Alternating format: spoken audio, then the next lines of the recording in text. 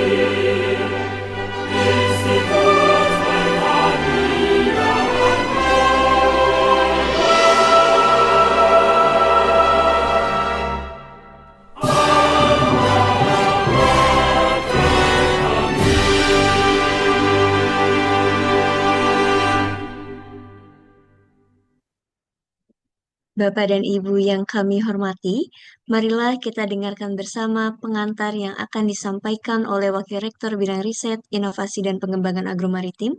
Kepada yang kami hormati, Bapak Profesor Dr. Erna Nustiadi, kami persilakan.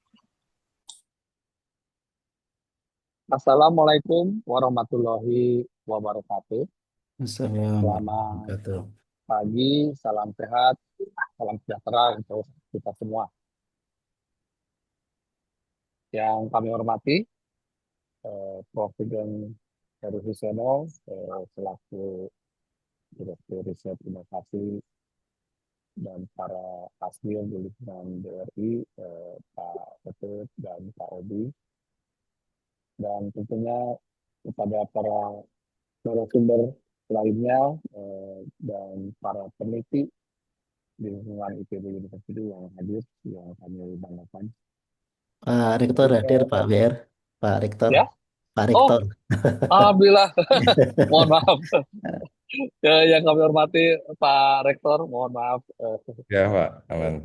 Terima Makasih. kasih Pak atas berkenannya, kehadirannya. Ya, Bapak Ibu sekalian, tentunya hari ini kita bersyukur kembali bisa menyelenggarakan acara launching riset yang didanai oleh eh, Dana Mandiri IPB, ya. Dan tentunya hal yang paling mengembirakan adalah kebijaksanaan Pak Rektor, ya. Alhamdulillah dana riset mandiri tahun ini naik 100% dibanding tahun sebelumnya. Jadi Bapak Ibu sekalian, di selain berbagai dana riset yang sudah diinformasikan sebelumnya, ada terutama yang DAPT, BIMA, dan sebagainya, kita konsisten untuk juga mendanai dari dana mandiri IPB, ya.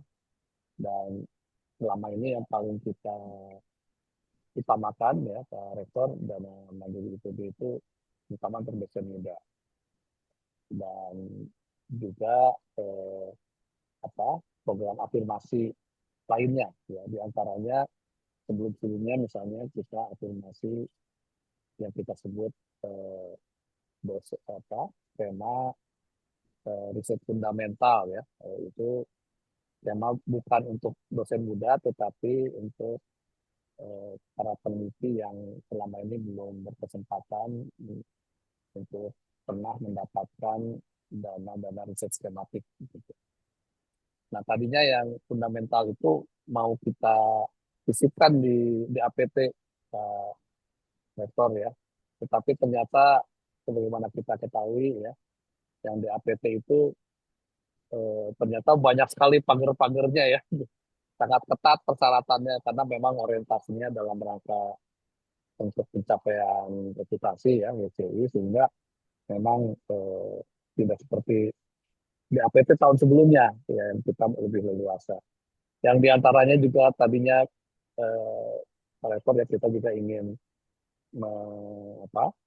memberikan afirmasi buat bidang sosial humaniora, juga akhirnya di DAPT tidak kesampaian juga karena tadi ada berbagai ketatan yang di berasal dari MDQ Saintek sendiri. Nah, di riset unggulan kali inilah kita insya Allah akan memberikan kekhususan, ya. Pertama, sesuai dengan arah riset kita yang 4 pilar, ya Pak Rektor, ya. Omics, AI, dan sustainability, dan kemudian sosial humaniora. Nah, sosial humaniora skemanya kita pisahkan dengan yang Omics, AI, dan sustainability, sehingga persaingannya hanya sesama bidang sosial humaniora. Nah, ini untuk memastikan teman-teman yang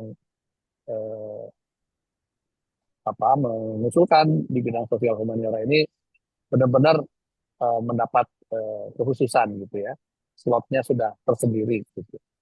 Nah ini dalam rangka untuk mengejar defisit ya Pak Rektor, defisit publikasi kita di bidang sosial humaniora. Jadi IPB memang memiliki eh, ada keterbatasan untuk luaran-luaran di bidang itu. Dan di luar yang barusan kekhususan dari eh, 4 pilar arah riset kita tetap melanjutkan skema dosen muda, ya, dosen muda. Dan skema dosen muda ini kita pecah jadi dua, ya, ada yang advance dan yang reguler gitu ya. Nah ini yang reguler ini buat yang benar-benar baru, dan yang advance itu dosen muda yang sudah pernah mendapatkan pendanaan sebelumnya. Lalu juga riset fundamental yang untuk para dosen yang selama ini belum berkesempatan mendapatkan riset-riset dengan dana riset kompetitif, ya. Dan yang juga menjadi khusus tahun ini eh, arahan dari Pak Rektor langsung, yaitu riset yang kita sebut Road to Nature and Science. Jadi ini buat para prominent researcher di IPB yang mau eh, menuju jurnal eh, Nature dan Science. Jadi kami akan secara khusus mengarah ke sana, dan kemarin sudah ada Toka Karya ya yang Pak Rektor juga menghadiri, dan ini difasilitasi di dana eh, via DRI ini. Jadi Bapak Ibu sekalian, tentunya kami berharap Bapak Ibu semua akan mengirimkan proposal, dan insya Allah dengan dana yang lebih besar dibandingkan tahun lalu, sehingga akan lebih banyak yang mendapatkan dana penelitian. Demikian Pak Rektor pengantar yang bisa kami sampaikan, dan tentunya mohon berkenan untuk memberikan arahan untuk kita semua. Demikian, wabillahi taufiq wal hidayah. Wassalamualaikum warahmatullahi wabarakatuh. Waalaikumsalam warahmatullahi wabarakatuh. Terima kasih Prof. Ernan atas pengantarnya. Selanjutnya, sambutan yang akan disampaikan oleh Rektor IPB University kepada yang kami hormati Bapak Dr. Alim Setiawan, STPMSI, kami persilahkan. Baik, terima kasih, Mbak. Bismillahirrahmanirrahim. Assalamualaikum warahmatullahi wabarakatuh. Waalaikumsalam warahmatullahi Bagi kita semuanya, tentu yang saya hormati Bapak Wakil Rektor Bidang Riset Inovasi dan Pengembangan Agromaritim, Profesor Hernan, juga para pimpinan di IPB, para dekan, para lembaga, pimpinan di kerja, juga Pak Direktur Riset dan Inovasi, Profesor Sugeng dan seluruh jajaran, serta Bapak dan Ibu dosen, serta para peneliti IPB yang saya banggakan. Pertama-tama, marilah kita panjatkan puji syukur kehadirat Allah SWT, karena atas karunia-Nya kita bisa bersama-sama hadir dalam kondisi sehat walafiat untuk mengikuti lonceng dan sosialisasi call for proposal ya, penelitian program riset unggulan IPB tahun 2026. Seperti tadi disampaikan oleh Pak Ernan, ya, alhamdulillah dalam 5 tahun terakhir ya, berdasarkan data pengalaman kita, saya kira jumlah penelitian di IPB ini terus ya mengalami peningkatan yang sangat signifikan, baik dari berbagai skema, mulai dari BIMA kita selalu yang terbanyak ya, skema kolaborasi industri, mungkin internasional juga, dan juga pendanaan dari internal IPB. Namun demikian, kalau dari data yang ada ini masih terdapat ketimpangan mungkin ya dari sebaran riset, baik antar fakultas, sekolah, antar disiplin ilmu yang tadi disampaikan ya, saintek dengan sosial humaniora. Dan saya kira untuk juga memenuhi kebutuhan ya, bagaimana kita bisa memperkuat riset-riset yang sifatnya interdisiplin, transdisiplin, dan juga yang memang orientasinya pada dampak. Nah, kita berharap ya program riset unggulan IPB tahun 2026 ini bisa menjadi solusi Bapak Ibu gitu ya, untuk mengatasi berbagai persoalan tadi itu ya. Nah, memang program riset unggulan ini kita rancang sebagai salah satu instrumen yang untuk tentu untuk tetap memberikan informasi ya bagi para dosen muda begitu ya. Juga untuk meningkatkan tadi kualitas riset, reputasi riset IPB, untuk juga mendorong ini memang menjadi komitmen kami riset-riset yang sifatnya frontier dan unggulan begitu ya, yang memang bisa berpotensi menembus ya jurnal kelas dunia seperti Nature dan Science. Karena ternyata capaian dari PP itu saat ini kalau dari jumlah publikasi di Nature dan Science itu masih yang terbanyak di Indonesia. Artinya kita punya modal untuk itu dan saya kira masih banyak yang bisa kita gali gitu ya agar kita bisa terus menambah begitu ya jumlah publikasi tersebut gitu ya. Dan saya kira bagaimana untuk mendorong kolaborasi ya antar PTNBH, saya kira karena ada riset RKI-nya dan juga untuk memerlukan riset-riset yang memang berdampak langsung pada masyarakat sesuai dengan fokus ya agromaritim 5.0 yang memang sudah kita tetapkan. Nah, Alhamdulillah Bapak Ibu semuanya total pendanaan ya dari IPB yang dialokasikan untuk skema ini bisa mencapai kurang lebih 8,5 miliar gitu ya atau meningkat ya hampir 100% lah dibanding dengan tahun sebelumnya. Dan saya kira sebentar lagi juga Pak WR3 ini akan menyiapkan skema yang baru juga ya. Pak Ernan ya, anggaran baru, nanti ada tambahan lah di luar ini, skema yang eh, pendanaannya mungkin nanti dari prime step ya. Kita juga punya peluang untuk nanti bisa melunceng skema riset baru juga di luar skema riset yang ini. Nah, upaya-upaya ini ya peningkatan anggaran riset ini merupakan salah satu bagian dari komitmen kita untuk menguatkan ya ekosistem riset di IPB selain yang sudah kita launching ya beberapa waktu lalu seperti IPB Dataverse. Jadi nanti kami harapkan ya data-data dari skema riset ini juga nanti bisa di-upload, bisa di-submit ya di IPB di portal atau platform IPB Dataverse ya, yang harapannya nanti juga bisa membuka ruang ya kolaborasi lebih banyak lagi. Kemudian juga kita juga beberapa waktu lalu sudah melaunching IPB Scholar, begitu ya, termasuk juga apresiasi ya untuk BKD bagi yang bisa publikasi di Q1 atau di top tier begitu ya. Saya kira itu juga bagian dari upaya kita untuk meningkatkan motivasi ya untuk bisa publikasi di jurnal yang bereputasi.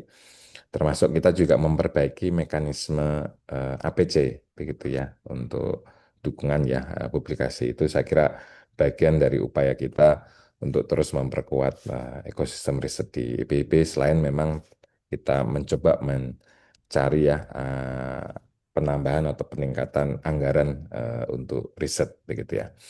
Nah, yang sedang kita upayakan juga untuk memperkuat ekosistem riset ini dari sisi SDM. Nah, kita akan bersama-sama LRI kemarin kita terus diskusi untuk bisa menghadirkan skema SDM peneliti nanti di IPB. Baik, Bapak Ibu, sebelum saya mengakhiri sambutan ini, sekali lagi saya ingin menyampaikan apresiasi yang setinggi-tingginya kepada Pak WR3 dan pada Direktorat Riset dan Inovasi IPB, gitu ya, atas kerja kerasnya untuk bisa merancang atau mendesain dan mengawal program ini. Dan saya mengajak ya seluruh dosen dan peneliti di IPB untuk bisa memanfaatkan ya kesempatan ini sebaik-baiknya, menyusun proposal yang terbaik dan nanti bisa sama-sama di submit gitu ya dan nanti bisa didanai dari program ini. Dengan mengucapkan Bismillahirrahmanirrahim, launching dan sosialisasi call for proposal penelitian program riset unggulan IPB tahun 2026 secara resmi saya nyatakan dibuka. Terima kasih. Bila taufiq wal hidayah. Assalamualaikum warahmatullahi wabarakatuh. Waalaikumsalam Waalaikumsalam. warahmatullahi Terima kasih, wabarakatuh. Pak Terima kasih Rektor. kepada Pak Rektor atas sambutan dan pembukaan pada acara pagi hari ini. Bapak dan Ibu, sebelum kita masuk ke pemaparan materi program riset unggulan IPB, mohon berkenan kita akan berfoto bersama terlebih dahulu. Bapak dan Ibu mohon dapat mengaktifkan kameranya. Berikan senyum terbaik. Izin saya pandu dalam hitungan satu, 2, 3. Baik, boleh sekali lagi Bapak dan Ibu. Satu, 2, 3. Baik, terima kasih. Hadirin yang kami hormati, selanjutnya kita akan dengarkan bersama penjelasan terkait program riset unggulan IPB Dana DM tahun anggaran 2026, di antaranya program dosen muda, Frontier Research, riset unggulan IPB, riset sosial humaniora, dan riset fundamental, yang tentu saja pada sesi ini akan dimoderatori oleh Asisten Direktur Inovasi. Kepada yang kami hormati, Bapak Dr. Hewan Iketut Mudi Teatnyani, kami persilahkan. Baik, terima kasih Mbak Anin yang terhormat, Pak Rektor, Pak WR3, kemudian Pak Dir, Riset Inovasi, kemudian para asdir, dan tentunya Bapak Ibu sekalian, dosen peneliti yang luar biasa. Selamat pagi, Assalamualaikum warahmatullahi wabarakatuh. Salam sehat, salam sejahtera buat kita semua. Izinkan saya untuk memandu jalannya internalisasi riset unggulan IPB seperti yang disampaikan oleh Pak Rektor dan Pak WR tadi. Yang pertama, Bapak Ibu sekalian akan disampaikan mungkin secara singkat program yang di launching pada hari ini oleh Direktur Riset dan Inovasi, Prof. Sugeng. Kemudian nanti akan dilanjutkan oleh Asisten Direktur Riset Dasar dan Terapan, Pak Dr. Robi, terkait detail dari masing-masing skema. Untuk mempercepat waktu, saya persilakan kepada Prof. Sugeng untuk memberikan paparan terkait dengan skema yang di launching pada hari ini. Untuk waktu dipersilakan. Silakan, Prof. Baik, terima kasih Pak Ketut. Bapak Ibu, Bismillahirrahmanirrahim. Assalamualaikum warahmatullahi wabarakatuh. Selamat pagi, salam sejahtera untuk kita semua. Baik yang saya hormati Pak Rektor ya, kemudian juga Bapak Wakil Rektor ya, kemudian juga Pak Dekan, Wakil Dekan ya, kemudian juga saya lihat juga ada Bapak Ibu Kapus ya, kemudian juga Asdir ya, di sini ada Pak Ketut, Pak Obi ya, kemudian supervisor ada Bu Lia sama Pak Jeffrey ya, dan Bapak Ibu para peneliti yang hebat di sini ya. Saya lihat di partisipan sudah ada 305 yang hadir ya.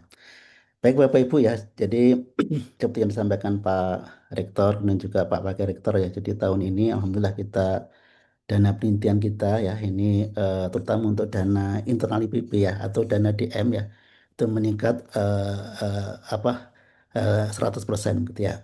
Nah ini sesuatu yang sangat bagus Bapak Ibu ya untuk terutama untuk mengembangkan riset-riset yang sesuai dengan kebutuhan IPB ya.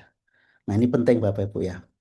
Baik Bapak Ibu ya, saya mereview yang nanti akan disampaikan oleh Pak Obi ya Bapak Ibu ya. Saya mohon izin sebentar mungkin sekitar baik ya.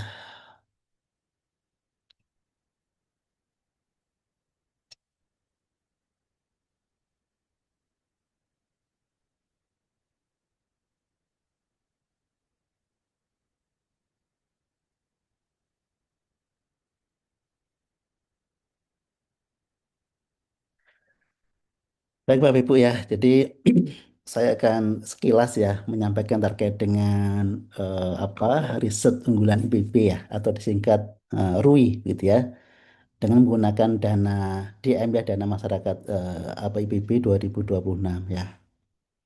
Nah, jadi Bapak Ibu ya, kalau kita lihat profil terkait dengan riset di IPB ini ya, ini seperti ini Bapak Ibu ya. Jadi ini terkait dengan skema-skema yang ada ini ya, mulai yang dari Bima ya, kemudian juga ada yang pendanaannya LPDB ya, kemudian juga apa di APT ya, kemudian ada juga yang kerjasama Bapak Ibu ya. Nah, jadi yang warna hijau di sini Bapak Ibu ini adalah dana dana yang pendanaannya adalah dari dana masyarakat IPB atau dana IPB gitu ya yang warna hijau di sini ya yang warna hijau ini ya memang kalau kita lihat dari si profil yang ada ini apa namanya belum besar ya tetapi oleh Pak Rektor dananya ditambah ya saya yakin nanti perannya akan lebih besar lagi ya yang warna hijau di sini Bapak Ibu ya. Nah, sehingga nanti harapan kami 2026 ini semua riset yang ada ini selesai ya karena dananya menggunakan dana DM ya sehingga tahunnya adalah tahun anggaran bukan tahun kontrak sehingga selesai nggak selesai ya mudah-mudahan selesai semua ya Desember 2026 eh, apa namanya proyek ini selesai ya sehingga nanti kita evaluasi lagi untuk tahun 2027 ya. Nah, ini mudah-mudahan nanti ini ya terus bertambah yang warna hijau di sini Bapak Ibu ya sehingga ini kalau kita lihat di sini kan yang Bapak Ibu biasa yang Bima ya. Jadi Bima penelitian Bima yang Dikti Saintek ya. Ini sekarang masih ini Bapak Ibu ya masih proses apa namanya? Proses review begitu ya. Jadi kemarin administrasi sudah, nah sekarang tinggal yang untuk yang substansi begitu ya. Mudah-mudahan nanti sebentar lagi diumumkan begitu ya Bapak Ibu yang kemarin Bapak Ibu menulis proposal yang di apa yang Bima ya. Hampir sekitar 900-an berapa ya, hampir mendekati 1.000 lah ya yang Bapak Ibu buat kemarin ya. Ini yang warna biru. Nah, sekarang nih, hari ini yang kita bahas adalah yang warna hijau yang dana DM ya. Nah, seperti yang disampaikan Pak Rektor ya, jadi ini yang menjadi reason ya, alasannya kenapa nih dana IPB ini perlu gitu ya Bapak Ibu, karena kita harus melakukan intervensi ya terkait dengan apa profil riset di IPB ini ya, terutama Bapak Ibu mungkin yang banyak sibuk ngajar ya, kemudian juga mungkin banyak juga sibuk-sibuk di apa kegiatan-kegiatan riset yang lain ya, terutama yang kerjasama gitu ya, sehingga ini perlu untuk terutama juga untuk dosen-dosen muda gitu ya. Nah, ini perlu untuk di apa diintervensi gitu ya sehingga nanti punya apa partisipasi yang sama ya terkait dengan riset-riset skematik gitu ya. Nah, ini Bapak Ibu ya. Jadi ada 7 yang nanti akan dijelaskan oleh Pak Obi Bapak Ibu ya. Ini ada eh, apa riset dosen muda reguler ya. Ini yang ini setiap tahun ya. Ini udah hampir ada sekitar 5 tahun Bapak Ibu ya. Nah, ini harapannya adalah bagaimana untuk membuat rekam jejak para peneliti dosen muda ya, karena apa penelitian Bima dan penelitian yang lain ini rekam jejak itu sangat penting ya. Nah, sehingga di sini IPB harus apa memberikan apa program ini gitu ya. Nah, sehingga nanti ke depan eh, apa riset-riset yang ada ini akan diteruskan oleh dosen-dosen muda ya. Nah, ini nanti outputnya Bapak Ibu sudah kita tingkatkan semua ya. Ini apa minimum apa Q2 nanti Bapak Ibu ya. Nah, berikutnya lagi adalah yang nomor 2 adalah dosen muda advance ya. Nah, sehingga ya, kalau di sini disingkatnya adalah Dosmund Plus gitu ya. Nah, ini dikhususkan ya Bapak Ibu yang apa yang masuk kriteria dosen muda ya, yang umurnya di bawah 45 tahun gitu ya dan sudah apa pernah mendapatkan pendanaan 2 kali ya. Nah, jadi kalau sudah 2 kali begitu ya, nggak boleh ke yang nomor satu ya. Nah, ini nanti kita tawarkan yang di sini ya, yang advance di sini ya. Nah, tentu ya kalau sudah 2 kali sudah apa namanya punya pengalaman riset-riset yang lain ya. Nah, ini outputnya adalah Q1 ya. Nah, kemudian berikutnya lagi adalah riset kolaborasi PTNBH ya, yang Bapak Ibu yang sekarang lagi ongoing ya, yang lagi apa ditawarkan terkait dengan proposalnya gitu ya. Nah, ini nanti Bapak Ibu ya, ini diprioritaskan untuk bidang-bidang yang tadi disebutkan oleh Pak Rektor ya. Jadi nanti yang terkait dengan omik ya, kemudian juga ini ada yang nyoret-nyoret nih ya. Ada yang terkait dengan omik ya, kemudian juga terkait juga dengan apa AI gitu ya. Nah, itu nanti akan di di sini ya kita prioritaskan ya terkait dengan RKI PTNBH ini ya. Nah, ini nanti ini Bapak Ibu apa bedanya dengan yang RKI di APT gitu ya. Kan kemudian ada yang nanya juga terkait dengan ini. Jadi kalau yang RKI yang ini adalah yang reguler Bapak Ibu. Ini dengan eh 24 PTNBH ya, 24 PTNBH. Kemudian kalau yang kemarin di APT itu kan hanya dengan apa namanya, dengan terutama untuk yang RKI yang tipe A itu hanya 6 PTNBH ya. Kalau ini 24 PH ya. Memang kalau dari sisi dana memang masih besaran yang di APT yang apa RKI di APT ya. Tapi ini Bapak Ibu ditawarkan monggo kalau Bapak Ibu punya apa kolaborasi dengan perguruan tinggi PTNBH, nah ini bisa Bapak Ibu membuat proposal ini ya. Nah, berikutnya lagi ada terkait dengan ini ya, frontier research ya, nature apa and science di sini ya, Bapak Ibu ya. ini seperti yang disampaikan Pak Rektor tadi sama Pak WR ya. Jadi kita harus memberikan ruang juga pada para peneliti yang apa yang apa nanti outputnya ke arah nature di sini ini harus kita berikan ruang ya sehingga ini riset ini apa namanya ditawarkan ya kepada Bapak Ibu. Nanti persyaratan seperti apa ya nanti akan disampaikan oleh Pak Abi. Tapi yang jelas besaran dananya di sini Bapak Ibu karena nih outputnya adalah terkait dengan nature begitu ya. Nah ini nanti eh, yang sudah kemarin kami desain itu adalah 200 juta ya, 200 juta di sini. Yang nomor 4 di sini Bapak Ibu ya. Nah kemudian berikutnya lagi yang nomor 5 Bapak Ibu ini yang harus unggulan IPP ini nanti ada terkait dengan OMIC, AI ya, kemudian sustainability gitu ya. Nah ini Bapak Ibu kita arahkan untuk yang ke Q1 Bapak Ibu ya, Q1 ya. Nah, jadi apa namanya ini bidangnya ini Bapak Ibu sehingga nanti Bapak Ibu yang punya ini harus diarahkan ke sini ya diarahkan ke sini karena ini memang menjadi apa program IPB ya dan dananya adalah dari IPB ya kita arahkan ke sini Bapak Ibu. Nah, yang nomor 6 Bapak Ibu ya, seperti yang saya sampaikan tadi di slide nomor 2 itu kan masih ada gap ya, kesenjangan antar fakultas gitu ya, terkait dengan riset-riset skematik. Nah, sehingga ini ditawarkan terkait dengan risora di sini atau riset sosial humaniora ya.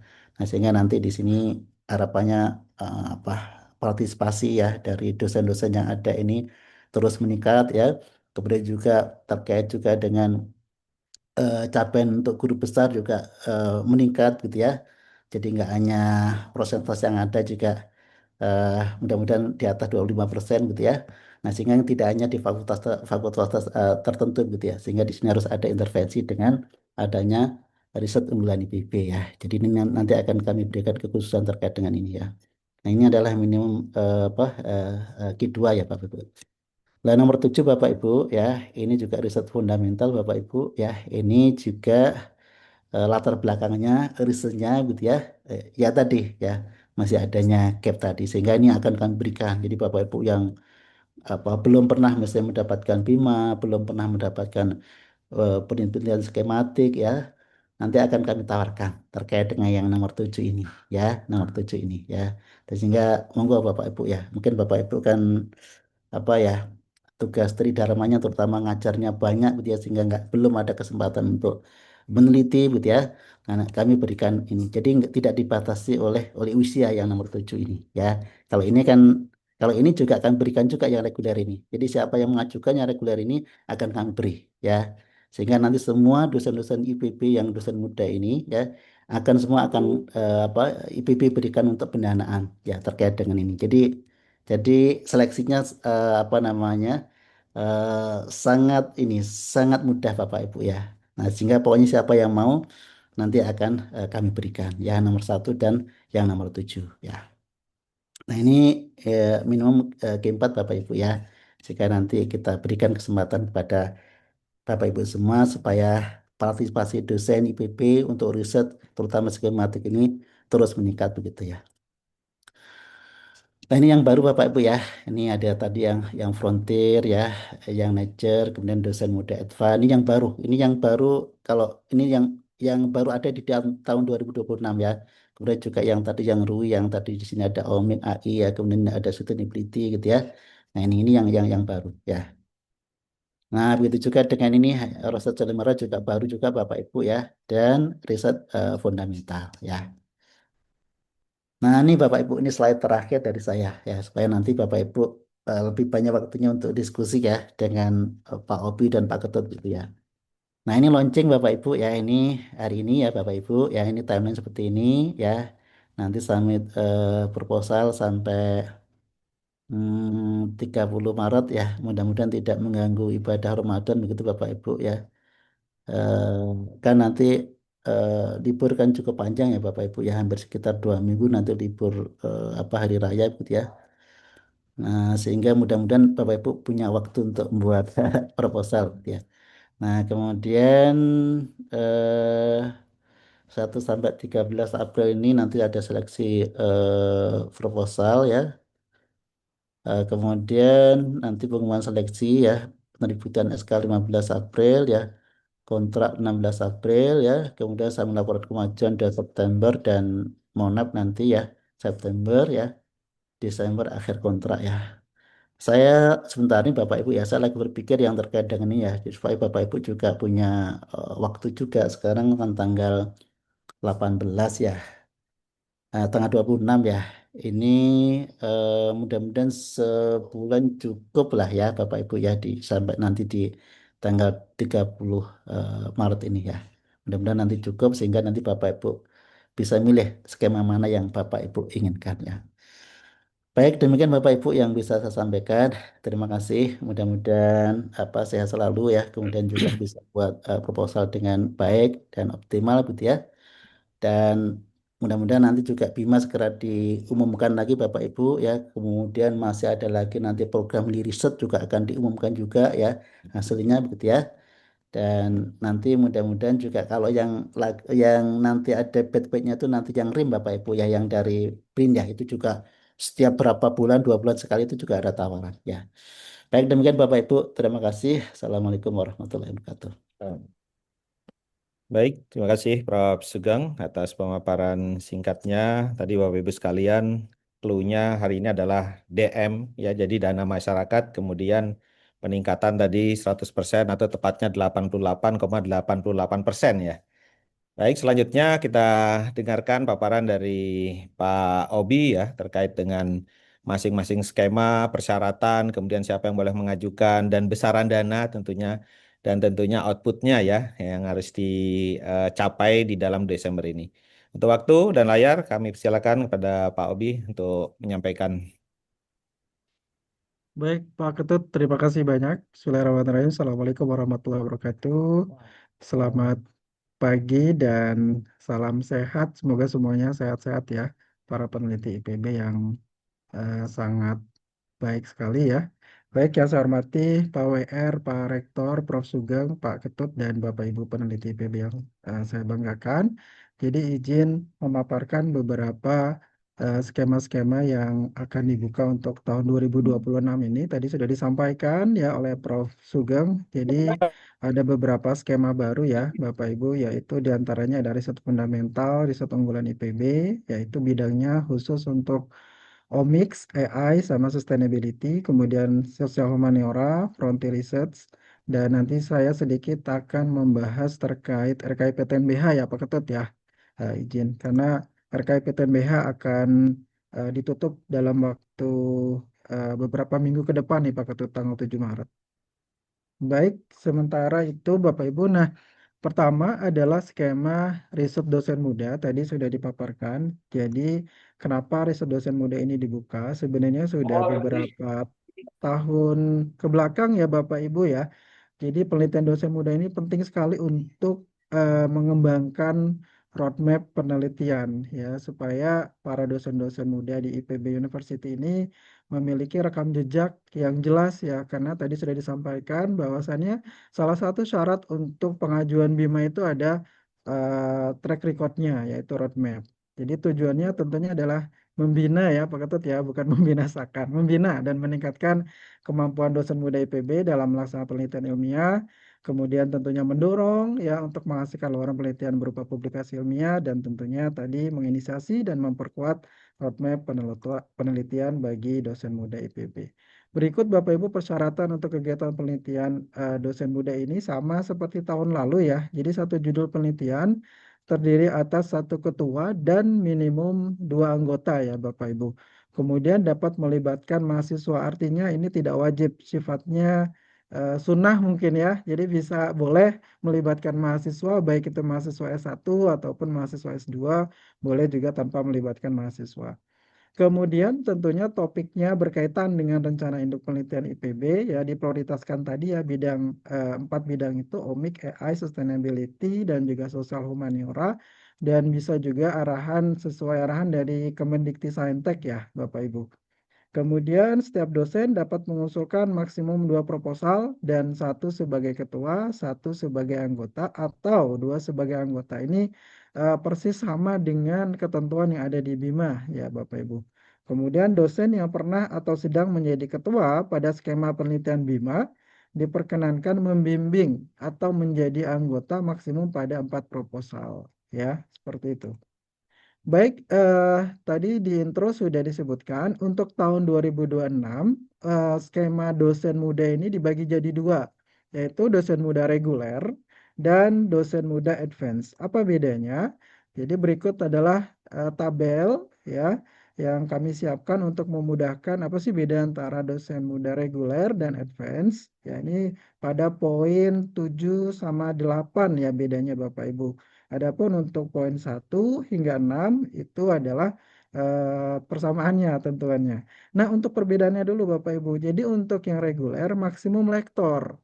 Jadi dosen yang belum memiliki jabatan fungsional diperbolehkan untuk submit atau mendaftar skema dosen muda reguler. Jadi misalkan calon dosen gitu kan. Calon dosen itu kan belum ada jabatan fungsionalnya ya, baik itu asisten ahli ataupun lektor ya. Jadi diperbolehkan untuk reguler. Namun, untuk skema dosen advance, jabatan fungsionalnya minimum asisten ahli ya Bapak Ibu, dan maksimum lektor. Kemudian untuk yang skema reguler, ya pengusul yang pernah mendapatkan pendanaan penelitian dosen muda dapat mengajukan kembali proposal, cuman syaratnya adalah harus status luarannya adalah accepted. Jadi kalau seandainya misalkan masih under review, mohon maaf, masih di hold dulu ya untuk tahun ini Bapak Ibu, seperti itu. Dan untuk yang skema dosen muda advance, pengusul yang pernah mendapat pendanaan penelitian dosen muda reguler maksimum 2 kali dengan status luarannya accepted. Artinya, untuk skema advance ini adalah untuk dosen muda yang pernah mendapatkan skema dosen muda reguler 2 kali, seperti itu. Dan status luarannya adalah harus accepted. Adapun untuk peraturan yang sama yang tadi disampaikan oleh Prof. Sugeng, jadi usia maksimumnya 45 tahun per tanggal hari ini ya Bapak Ibu, 26 Februari. Kemudian ketua pengusul berpendidikan minimum S2, saya yakin ini semuanya terpenuhi karena dosen IPB kan minimum S2 ya. Kemudian juga tim peneliti bersifat interdisiplin, artinya adalah interdisiplin itu bisa lintas prodi ataupun lintas departemen, itu diperbolehkan. Misalkan saya dari prodi TPB atau teknik mesin itu bisa kolaborasi dengan prodi teknik kimia dalam satu fakultas, itu diperbolehkan. Nah, kalau multidisiplin itu adalah lintas fakultas, Bapak Ibu. Jadi misalkan dari Fakultas Teknik Teknologi nih, kolaborasi dengan Pak Ketut dari SKHB itu adalah multidisiplin. Jadi diprioritaskan untuk penelitian ini bersifat interdisiplin dan atau multidisiplin. Kemudian melibatkan minimum 1 anggota peneliti, ya, yaitu dosen yang sudah pernah mendapatkan dana hibah skema BIMA.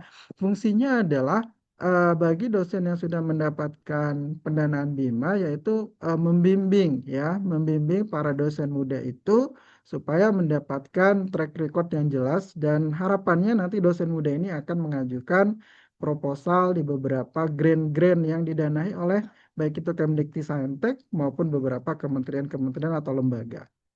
Kemudian pengajuan proposal dosen muda dibatasi maksimum 2 kali. Kemudian belum pernah mendapatkan hibah penelitian baik sebagai apa namanya di beberapa skema ya. Sebagai ketua ya Bapak Ibu ya, di baik itu di BIMA, LPDP, BPDPKS, RIM, RKIPTNBH dan DAPT.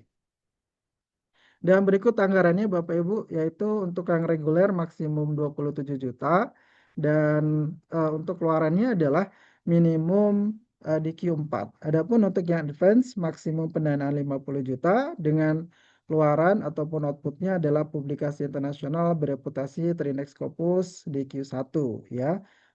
Dan untuk ketentuan authorship, jadi ketua peneliti itu wajib sebagai first author dengan harapan nanti bisa menjadi track record Bapak Ibu ya dosen muda untuk mengajukan proposal di BIMA. Seperti itu. Kemudian yang kedua yaitu riset fundamental. Nah, riset fundamental ini sebenarnya filosofisnya adalah karena memang riset-riset skematik ya para peneliti di IPB University ini baru aktif sekitar 38% Bapak Ibu. Jadi ada sekitar 62% ya yang belum terlibat aktif di penelitian skematik. Oleh karena itu kami buka untuk tahun ini yaitu riset fundamental. Jadi tujuannya tentunya adalah memberikan kesempatan kepada peneliti IPB untuk dapat melakukan penelitian dengan kualitas yang bermutu, ya. Dan berikut adalah kriteria pengusul. Kalau tadi dosen muda adalah maksimum 45 tahun. Nah, untuk yang fundamental ini supaya bisa dibagi-bagi ya Bapak Ibu, maka pengusulnya harus yang berumur minimum 45 tahun. Jadi harapannya untuk yang di bawah 45 tahun atau sama dia 45 tahun mengajukan dosen muda, jadi bagi yang berumur minimum 45 tahun, Bapak Ibu bisa mengajukan skema riset fundamental. Dan selanjutnya pengusul adalah dosen IPB ya yang belum mendapatkan pendanaan riset skematik ya, contohnya di BIMA, LPDP, BRIN ya, dosen muda RKI, BPDPKS dan DHPT sebagai ketua peneliti. Kemudian pengusul hanya boleh mengusulkan satu proposal, kemudian tim pengusul terdiri atas satu ketua dan minimum 2 anggota peneliti. Harapannya di sini ada anggota peneliti yang pernah mendapatkan pendanaan riset skematik ya Bapak Ibu. Baik, berapa besaran dananya? Untuk nilai dananya maksimum 50 juta dengan komponennya bahan, kemudian bisa untuk pengumpulan data, analisis data, sewa peralatan ya, dan juga untuk beberapa kegiatan-kegiatan yang lain ya. Dan tentunya perlu dicatat Bapak Ibu untuk RAB-nya mengikuti SBI ya Bapak Ibu ya, bukan SBM, yaitu standar biaya IPB. Baik, berikut adalah luaran penelitian untuk riset fundamental. Jadi untuk riset fundamental ini tadi sudah disampaikan juga bahwasannya luarannya yaitu minimum Q4 ya Bapak Ibu. Dan authorship-nya ketua peneliti wajib sebagai first author dan tentunya semua skema ya. Ini adalah rule untuk semua skema penelitian, tidak hanya DM IPB tapi juga yang di dana LPDP, BIMA, rule-nya adalah di acknowledgement wajib mencantumkan ucapan terima kasih kepada sumber pendanaan. Dan berikut format proposalnya, cukup simpel Bapak Ibu, yaitu halaman sampul, judul, ringkasan, kata kunci, pendahuluan, metode, hasil yang diharapkan, jadwal kegiatan, daftar pustaka, dan RAB. Dan lampirannya, Bapak Ibu cukup melampirkan CV peneliti dan surat pernyataan terkait kesediaan untuk melaksanakan penelitian, ya seperti itu. Baik, yang ketiga yaitu skema riset unggulan IPB. Ini arahan dari pimpinan kami bahwasannya untuk tahun ini riset unggulan IPB ini diarahkan ke 3 bidang utama, yaitu Omic Science, AI atau Artificial Intelligence, sama Sustainability. Jadi tujuannya tentunya adalah ingin meningkatkan riset unggulan IPB dalam bidang Omic Science, AI, dan Sustainability, dan tentunya meningkatkan kualitas dan kuantitas riset serta publikasi dari para dosen dan peneliti IPB, dan tentunya memberikan kesempatan kepada peneliti untuk dapat berkolaborasi dengan beberapa mitra untuk menghasilkan penelitian yang sangat bermutu. Berikut adalah kriteria pengusulnya Bapak Ibu untuk ketua peneliti yaitu dosen IPB yang memiliki NIDN atau NIDK atau NIPTK dan tidak sedang menempuh studi lanjut ya Bapak Ibu ya atau kegiatan akademik lain. Kemudian selanjutnya memiliki rekam jejak publikasi di jurnal bereputasi terindeks Scopus pada bidang tentunya Omic Science, AI, dan Sustainability, dan untuk outputnya Bapak Ibu harap dicatat untuk skema ini Bapak Ibu juga harus ke jurnal di bidang ketiga bidang ini, baik itu Omic Science, AI, maupun Sustainability. Dan untuk tim penelitinya minimal terdiri atas ketua dan minimal 2 anggota dengan salah satu anggota adalah dari dosen IPB. Artinya Bapak Ibu bisa juga berkolaborasi dengan para dosen di luar IPB ya Bapak Ibu. Diperbolehkan, namun syarat satu anggotanya itu wajib harus dari dosen IPB. Kemudian bersifat multidisiplin ya Bapak Ibu ya. Tadi lintas fakultas ya. Contohnya di sini Fakultas Kedokteran kolaborasi dengan FTT kalau sekarang ya, bukan FATETA ya. Mohon maaf ini typo ya. FTT. FATT panggilannya. Kemudian ini adalah luaran dan pendanaannya Bapak Ibu. Jadi untuk yang riset unggulan maksimum 50 juta per judul penelitian. Adapun outputnya adalah minimum 1 publikasi ya di jurnal internasional bereputasi Q1 di bidang omics science, AI, dan sustainability. Kemudian acknowledgement tadi sudah saya sampaikan dan authorship-nya. Nah, untuk yang riset unggulan bisa sebagai first ya atau corresponding author ya. Nah, berikut adalah format proposal. Sama, kita buat sama supaya lebih simpel ya Bapak Ibu. Kami mengikuti BIMA ya Bapak Ibu. Karena saya yakin para dosen IPB sudah terbiasa mengajukan skema BIMA. Jadi kami mengikuti Kemdikti-Saintek untuk format. Dan lampirannya yang membedakan adalah di lampiran 2 Bapak Ibu. Jadi di lampiran 2 ini untuk skema RUI ini harus ada bukti dokumen paper publikasi di jurnal bereputasi terindeks Scopus pada bidang baik itu omics science, AI, maupun bidang sustainability.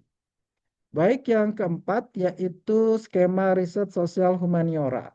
Nah, story-nya kenapa ini dibuka? Karena kebanyakan IPB itu bidang risetnya terfokus hanya beberapa bidang tertentu, Bapak Ibu.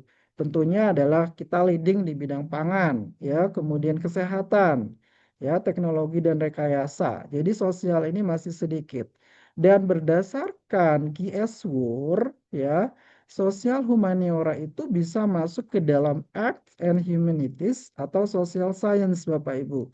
Adapun dari IRN scholarly output, kita di bidang sosial humaniora itu masih kecil jika dibandingkan di bidang engineering and technology atau apalagi kalau di bidang life science and medicine kita sangat leading, ada 685. Oleh karena itu skema ini khusus dibuka untuk bidang-bidang sosial humaniora. Adapun arahan dari pimpinan kami, harapannya adalah tidak hanya Bapak Ibu berlatar belakang dari sosial humaniora, tapi juga outputnya nanti Bapak Ibu.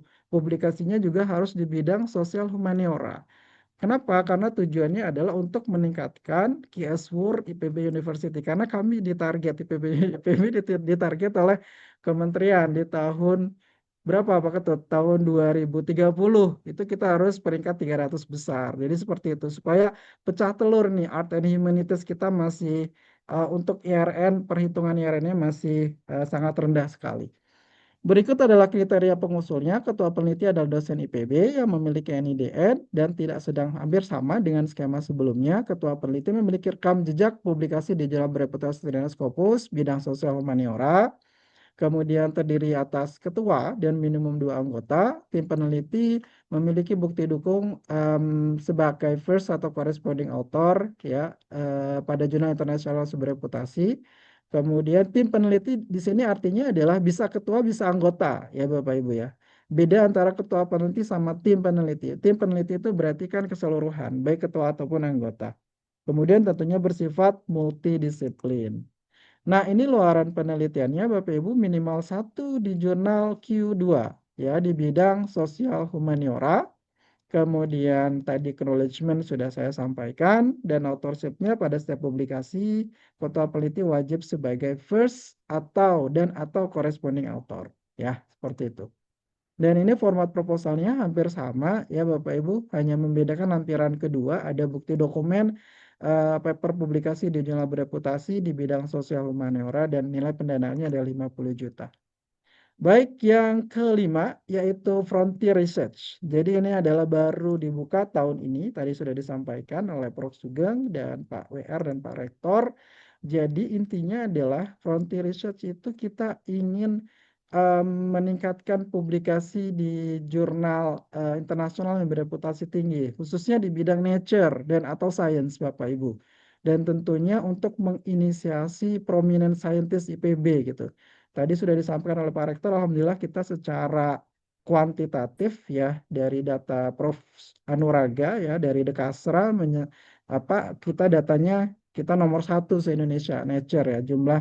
Nah, oleh karena itu kita coba mengencourage ya. Kenapa? Karena rata-rata para Nobel laureate itu kan bermula dari publikasi di Nature ataupun Science. Jadi harapannya seperti itu karena dari Kemdikti Saintek itu ada mimpi bahwasanya suatu saat nanti di Indonesia itu ada penerima hadiah Nobel ya, seperti itu Nobel laureate. Jadi seperti itulah ceritanya Bapak Ibu. Jadi di cascading lah ke IPB. Nah, ini kriterianya Bapak Ibu. Jadi ketua peneliti tentunya dosen IPB ya sama. Kemudian yang membedakan adalah ketua penelitinya harus bergelar profesor atau doktor dan ketua peneliti harus memiliki minimum satu paper pada jurnal ilmiah top tier 1 ya Bapak Ibu ya. Top 10%, top 10-nya top 10% ya. Beda sama RKI PTNBH yang tadi disebutkan oleh Prof. Sugeng.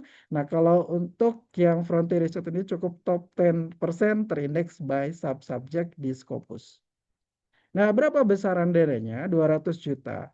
Nah, ini arahan dari pimpinan kami bahwasannya dana ini tidak terbatas hanya untuk riset, jadi bisa juga untuk networking dengan mitra luar negeri. Karena untuk membuat tulisan di Nature itu kan tentunya kami paham bahwa saya perlu kolaborasi dengan mitra luar negeri, Bapak Ibu. Jadi kita tidak menutup kemungkinan Bapak Ibu juga bisa melakukan networking ya, networking dengan mitra-mitra luar negeri itu diperbolehkan dan tentunya mengikuti pagu SBI ya Bapak Ibu ya, dan besarannya 200 juta. Dan ini luaran penelitiannya ya, authorship. Nah, jurnalnya tentunya sudah jelas yaitu di jurnal Nature atau Science. Namun tidak perlu khawatir Bapak Ibu, untuk yang Nature atau Science itu Bapak Ibu tidak harus first atau corresponding. Itu susah, susah sekali. Kami sadari itu sangat susah. Bisa Bapak Ibu sebagai co-author. Misalkan Bapak Ibu menggandeng mitra dari luar negeri. Mitra luar negeri sebagai first author itu diperbolehkan. Ya, seperti itu. Nah, ini untuk format proposalnya Bapak Ibu, yang membedakan di lampiran 2 ada bukti dokumen paper pada jurnal top tier ya. Seperti itu, dan berikut tata cara pengusulan proposalnya. Jadi Bapak Ibu nanti akan melakukan submit proposal melalui sistem yang sudah kita develop namanya SIPPM. Saya yakin semua Bapak Ibu tahu. Kemudian nanti akan ada seleksi administrasi, ini hanya sederhana Bapak Ibu. Paling hanya melihat kelengkapan dokumen. Misalkan dosen muda apakah benar nih Bapak Ibu usianya 45 tahun ke bawah gitu. Jadi hanya melihat itu, jadi tidak perlu khawatir. Jadi ini kami lakukan oleh tim DRI ya. Jadi tidak perlu khawatir. Adapun untuk seleksi substansi akan dilakukan oleh tim reviewer ya. Biasanya tim reviewer yang ditunjuk oleh SK Rektor dan biasanya memiliki sertifikat sebagai reviewer di Dikti. Baru setelah itu akan ada pengumuman hasil. Baik, yang terakhir yaitu sedikit saya sampaikan terkait RKI PTNBH karena deadline-nya sebentar lagi tanggal 7 Maret. Saya yakin semuanya sudah tahu ini tujuannya adalah kita ingin melakukan kerjasama baik itu dengan pada intinya adalah dengan perguruan tinggi 24 PTNBH yang lain ya. Kalau dengan IPB ada 25 PTNBH plus ada beberapa skema yang kita juga bisa melakukan kolaborasi dengan mitra non PTNBH ataupun kolaborasi internasional. Namun mohon maaf ini Bapak Ibu untuk RKI PTNBH IPB catatan ya sesuai arahan. Jadi untuk IPB diprioritaskan ya, untuk RKI PTNBH itu ini bidang Omic Science, AI, Sustainability dan Sosial Humaniora ya, dan pengajuan proposalnya itu dibatasi maksimum 2 kali Bapak Ibu, guna memastikan pemerataan kesempatan bagi dosen IPB ya yang lain ya untuk mendapatkan pendanaan. Nah, ini 3 jalur kolaborasi yang bisa Bapak Ibu pilih, yaitu ada skema A, B, dan C. Yang membedakan adalah yang A, yaitu skema yang diperuntukkan hanya untuk internal PTNBH. Jadi host PTNBH dan 2 mitranya itu harus dari PTNBH. Adapun yang B, skema B, itu tidak harus semua PTNBH, bisa melibatkan non PTNBH, misalkan dengan pusat penelitian ya, bisa dengan BRIN, bisa dengan pemerintah. Jadi skemanya host PTNBH sama dengan non PTNBH. Kalau yang C yaitu melibatkan kolaborasi dengan mitra internasional, biasanya dari perguruan tinggi ataupun riset center yang ada di luar negeri. Dan ini adalah skema A, saya yakin Bapak Ibu sudah paham semua. Jadi untuk targetnya yaitu TKT 1 hingga TKT 2 dan total pendanaannya 250 juta. 250 juta di sini adalah konsorsium ya Bapak Ibu ya. Bukan satu institusi, bukan. Tapi ini adalah konsorsium ya. Kemudian ini adalah skema B yang melibatkan mitra non PTNBH ya. Dan target TKT-nya adalah TKT 1 hingga TKT 6 ya. Kemudian skema C yaitu kolaborasi internasional, ini lebih besar dananya yaitu 375 juta ya. Target TKT-nya itu TKT 1 hingga TKT 6 ya. Nah, berikut adalah kriteria host ya Bapak Ibu ya. Jadi untuk host ini sudah ditetapkan oleh konsorsium PTNBH. Jadi kualifikasi akademiknya itu minimum doktor. Kalau doktor sih bukan minimum ya, wajib doktor ya, mohon maaf. Rekam jejak Scopus Indexnya yaitu kalau di bidang saintek minimum 4, kalau sosial humaniora minimum 3 ya. Kemudian secara administrasi memiliki rekam jejak dan fasilitas memadai. Kemudian clean record. Apa itu clean record? Jadi status luaran hibah sebelumnya itu kami cek Bapak Ibu. Jadi kalau Bapak Ibu tahun 2025 sudah mendapatkan pendanaan, yaitu at least harus sudah statusnya adalah submitted. Mitra itu harus ada surat pernyataan kesediaan mitra. Itu penting sekali karena untuk seleksi administrasi dicek betul apakah mitranya menandatanganin dan ada kop surat dan seterusnya. Kemudian ini struktur pendanaannya Bapak Ibu, tadi sudah saya sampaikan. Jadi A dan B totalnya 250 juta. Jadi 250 juta itu dibagi-bagi. Jadi bukan satu perguruan tinggi. Nah, dibagi kemana? Jadi ketua host itu 100 juta. Misalkan hostnya IPB, kemudian menggandeng ITB dan UNER. Jadi IPB dapat 100 juta, ITB 75 juta, UNER 75 juta. Seperti itu. Nah, kalau skema C, yaitu totalnya 375 juta. Jadi untuk yang host itu 150 juta. Dan pun untuk mitra itu sama, yaitu 75, 75, 75 juta. Nah, Bapak Ibu bisa diperkenankan untuk di dalam RAB itu bisa mencantumkan honor ya, namun maksimum 30% dan mengikuti SBI ya. Dan honor ini tentunya adalah honor untuk asisten peneliti. Berikut adalah target luaran wajib RKIP TNBH ya, opsi 1. Opsi 1 itu adalah kalau Bapak Ibu yakin dalam satu konsorsium itu tercapai jurnal top tier. Top tiernya itu berat ini. Top tiernya bukan top 10% ya.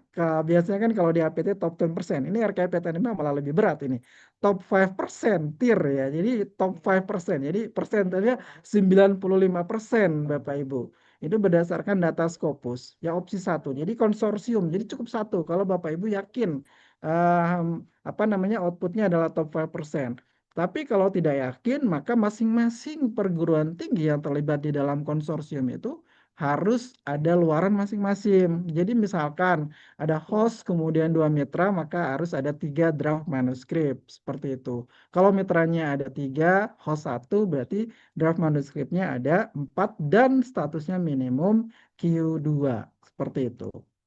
Dan berikut adalah jadwal penting untuk RKP TNBH ya Bapak Ibu ya, berbeda ya. Kalau yang tadi disampaikan oleh Prof. Sugeng adalah skema-skema DM di luar RKP TNBH. Kenapa? Karena kalau RKP TNBH itu kita harus ada kesepakatan khusus dengan perguruan tinggi PTNBH yang lain. Nah, untuk RKP TNBH ini deadline-nya yaitu 7 Maret Bapak Ibu, dan seleksinya akan dilakukan oleh, perlu dicatat ya Bapak Ibu, diseleksi oleh 2 reviewer dari perguruan tinggi yang berbeda. Misalkan tadi saya sampelnya ada IPB, ITB, UNER, maka reviewernya itu dari perguruan tinggi yang berbeda, PTNB yang lain. Bisa dari UI, dari ITS, UNHAS, dan yang lain. Ya. Kemudian pengumuman hasil di 17 April, kemudian tanda tangan kontrak 20 di Unsri, laporan kemajuan Agustus, dan terakhir Monef biasanya ya, Monef akhir itu di Desember yang akan berlangsung di UNES di Semarang.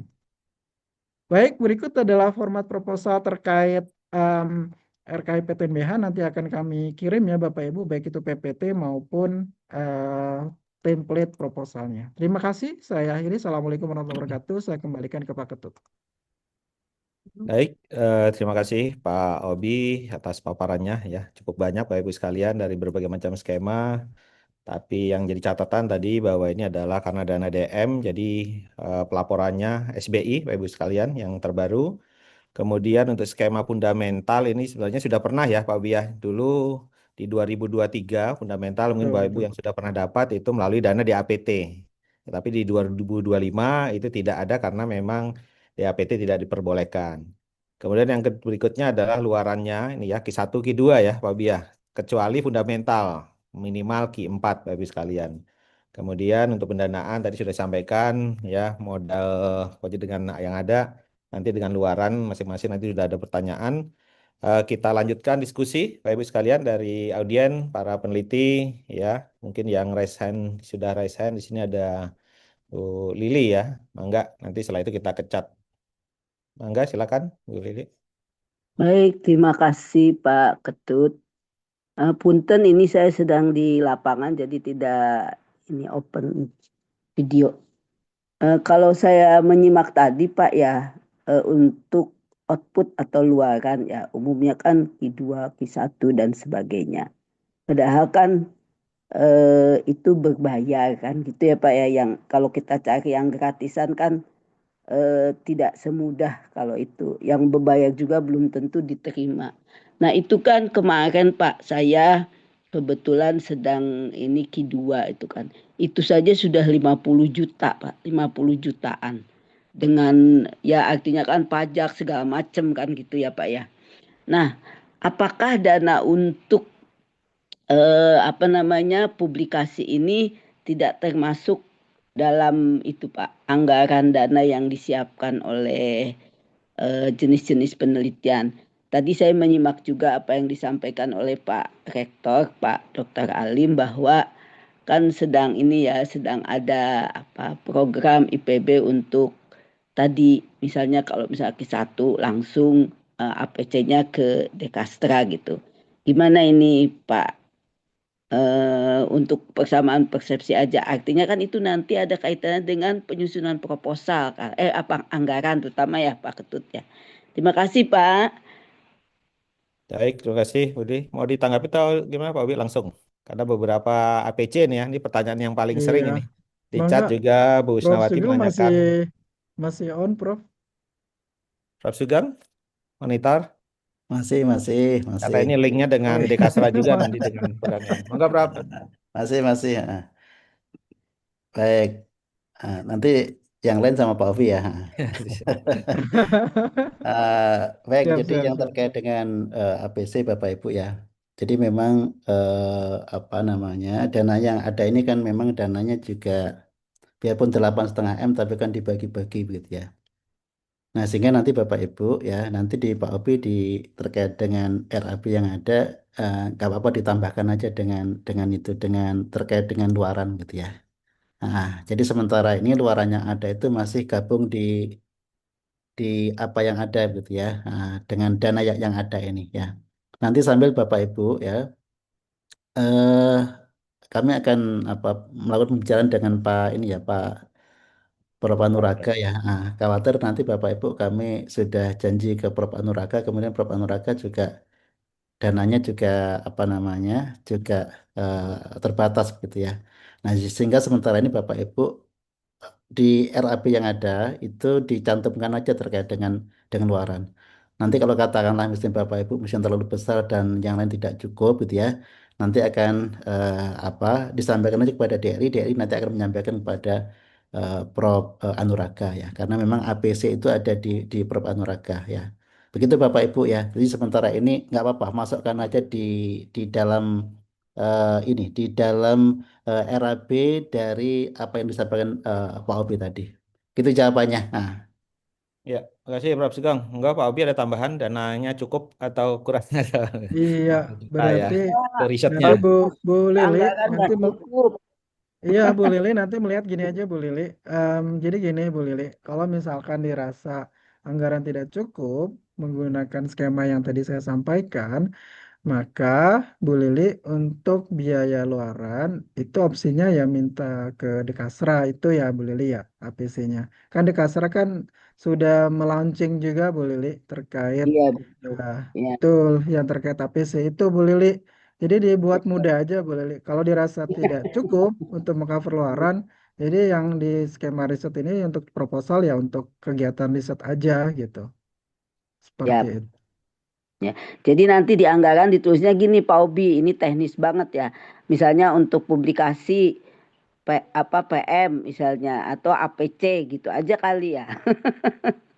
Iya, Untuk diperbolehkan sesuai arahan Prof. Sugeng tadi diperbolehkan. Ya, ya, monggo aja kalau ya. ya.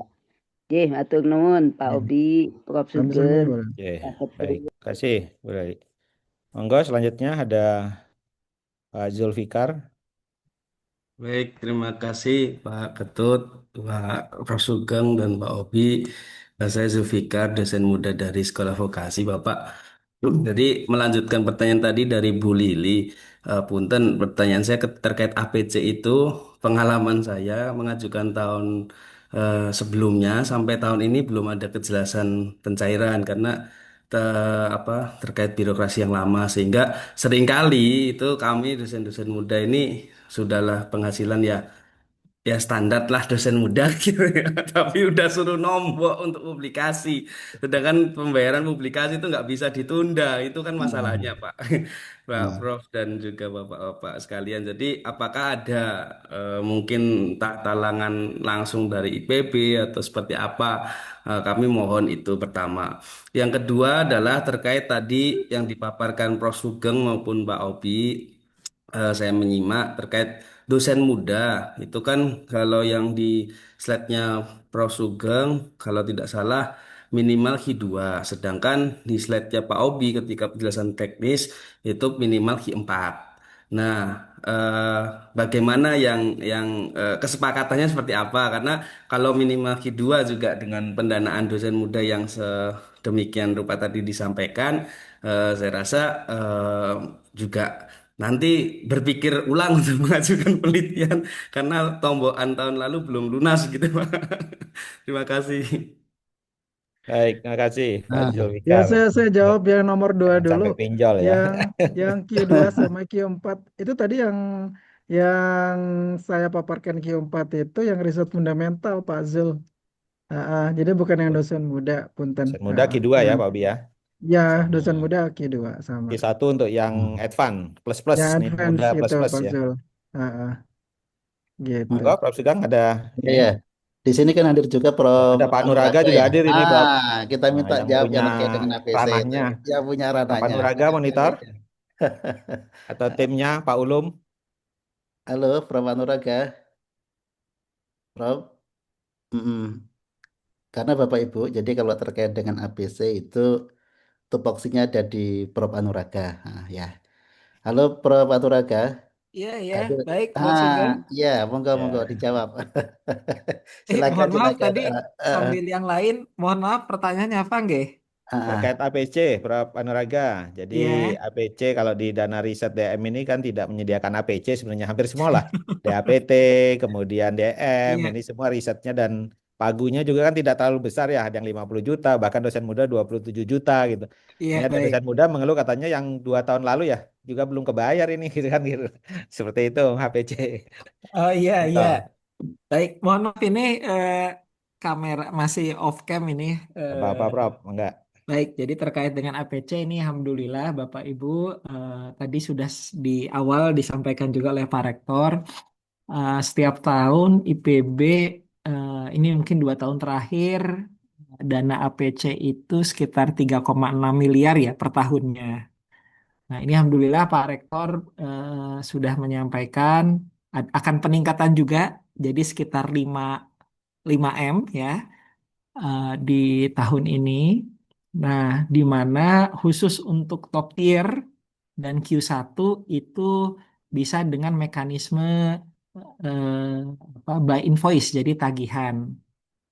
Nah, ini eh, namun ini sudah disetujui oleh pimpinan oleh Pak Rektor. Hanya saja eh, memerlukan waktu mungkin 1-2 bulan ini untuk membuat aturannya karena basis sebelumnya adalah reimburse.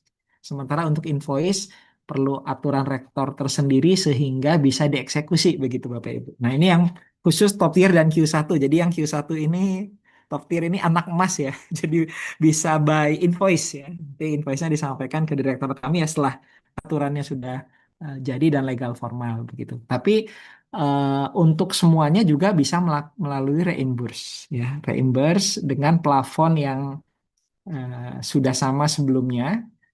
Jadi kalau apa yang proceeding tuh 2,5 juta, yang Q4 maksimum 3 juta, ya, terus Q3 maksimum 5. Nah, maksimum ya, tapi invoice apa at cost berplafon gitu ya. Jadi kalau lebih rendah dibayarnya at cost, kalau lebih tinggi dibayarnya sesuai plafon maksimum Bapak Ibu.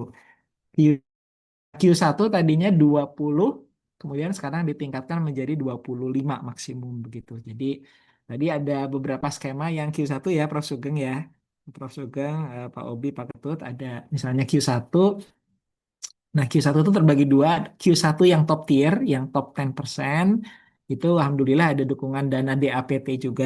Dari equity itu maksimum 50 digantinya ya. Jadi persentilnya perlu 91% ke atas persentilnya ya. Tapi kalau Q1 yang tidak termasuk top tier itu diganti maksimum 25 gitu, 25 juta.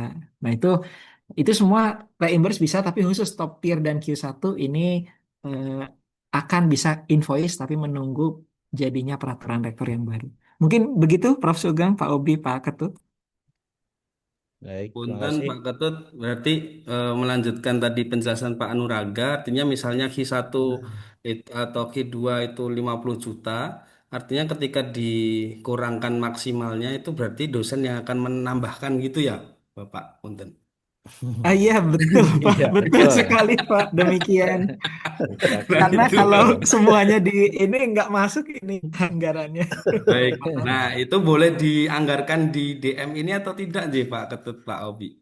Jadi begini Kalau yang yang selisihnya tadi. nah, jadi kalau yang terkait dengan apa namanya, jadi gini Bapak Ibu ya, Bapak Ibu nanti yang terkait dengan luaran ini ya, kalau sudah dicantumkan di eh, skema ini Bapak Ibu jangan minta lagi pada Prof Anuraga. Tapi kalau Bapak Ibu nggak mencantumkan dan di Prof Anuraga ada anggarannya, gitu ya, Bapak Ibu ke Prof Anuraga. Jadi nggak boleh double Bapak Ibu. Nanti kalau ada pemeriksaan, kalau double nanti akan menjadi temuan. Ya. Nah kalau yang tadi yang kurang-kurang tadi apa namanya? Karena Bapak Ibu di skema DM ini basisnya adalah masih basis proses ya Bapak Ibu ya. Artinya belum berbasis luaran ya. Kalau belum berbasis luaran, artinya masih berbasis proses, laporan keuangan ya sama pentingnya dengan laporan substansi ya. Nah, sehingga Bapak Ibu di sini kwitansi yang ada sepertinya nggak bisa kalau dibagi-bagi. Ya, jadi kalau Bapak Ibu ada di skema RUI ini, Bapak Ibu nggak usah mengajukan pada Perpanuraga. Jadi nggak bisa separuh misalnya di Perpanuraga, separuh di DM di RUI ini tidak bisa ya. Jadi harus pilih satu. Begitu ininya. Apa namanya kebijakannya begitu Bapak Ibu. Mm-mm. Pak Ya. Pak Turun, Pak Sugeng, Bapak GG. Ketua. Semoga Nah. dimudahkan rezekinya, Pak Zulfikar. Amin.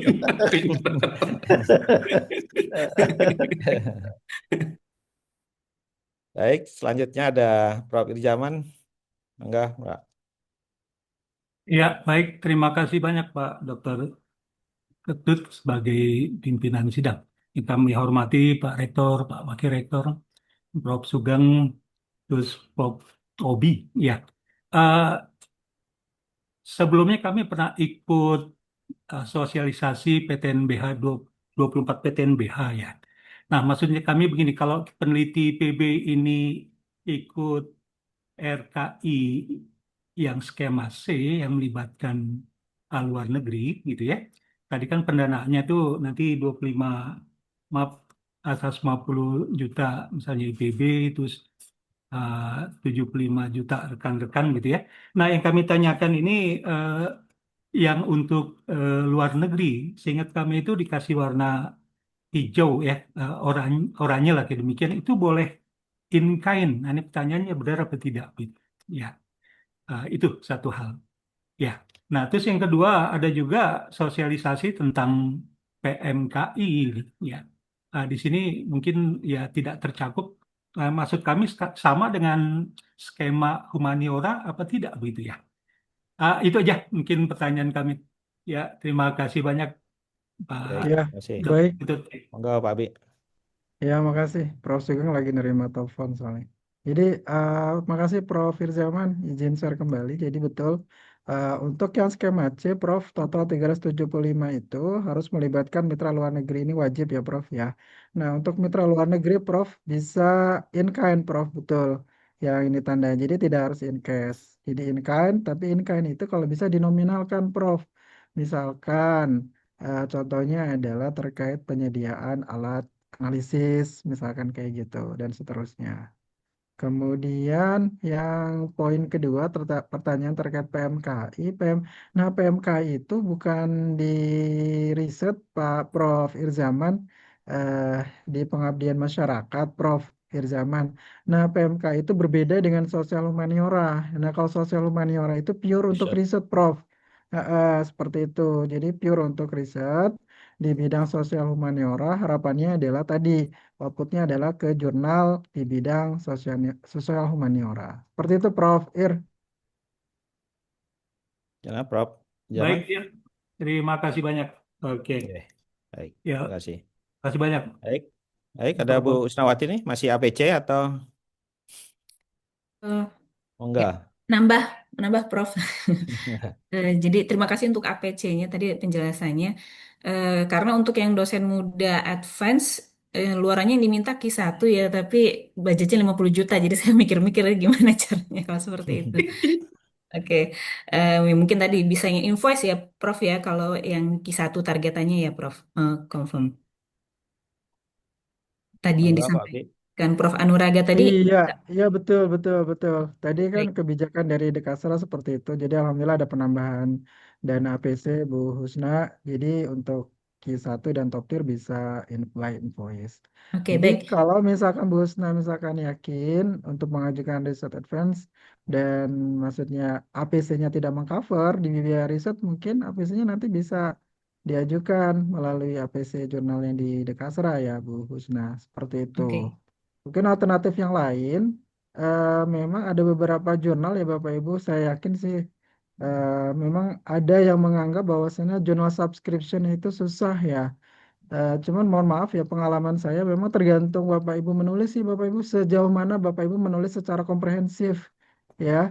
Jadi, nah itu sih alternatifnya subscription atau yang sekarang yang lagi ngetren itu yang GPOE Bapak Ibu.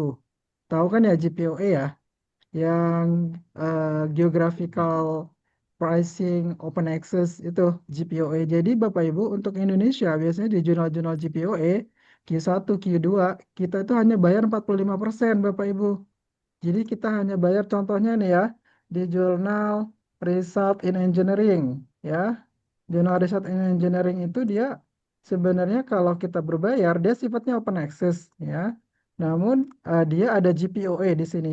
Ada tulisan di journal is taking part in the GPOE. Artinya Indonesia itu masuk ke dalam list GPOE discount. Jadi kita hanya bayar 45%. Jadi 45% dari 2.000 US dollar, let's say itu sekitar 1.000 US dollar, itu kan kita cuma bayar 17 juta. Itu kan lebih murah dibandingkan dengan kita harus bayar ke jurnal yang benar-benar pure open access. Apalagi kalau ke MDPI ya Bapak Ibu yang biayanya sekitar 50-60 juta ya seperti itu. Jadi harapannya Bapak Ibu juga bisa mencari jurnal yang eh, ada apa namanya ada GPOE-nya dan yang lain gitu. Seperti itu Bu Husna ya itu bisa jadi salah satu opsi. Baik, terima kasih masukannya, Pak Obi. Eh, Kemudian pertanyaan saya yang berikutnya terkait riset skema fundamental.